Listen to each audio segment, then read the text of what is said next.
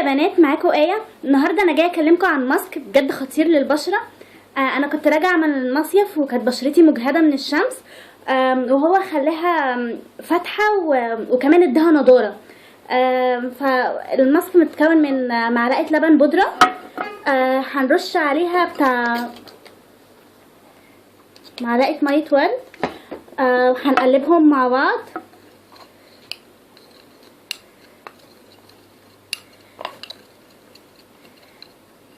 لحد ما يبقوا بالشكل ده. دلوقتي هنضيف نص معلقه زبادي. انا بستخدم لاكتيل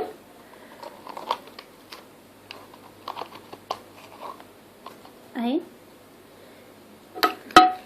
هنقلبها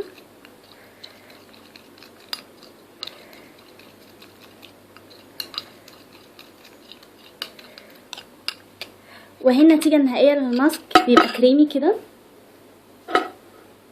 اهو، كريمي للبشره قوي. ده احنا بنحطه على الوش لحد لما ينشف. ولما بينشف بيجمد كده تقومي تدلكيه. بيعمل كسنفره للبشره اللبن البودره. وبعد ما يتدلك يتغسل ويتقفل البشره بتونر عادي، ايا كان بقى ميه ورد بتستخدميها او ايا كان. وبعد كده تحطي كريم مرطب. عايزه اكلمكم عن فوائد الزبادي. الزبادي بترطب البشره وبيخليها نضره وبيشد الجلد ويفتح لون البشره. واللبن البودرة بيقشر اثار الحبوب وبيشد التجاعيد وبيفتح البشرة والهالات.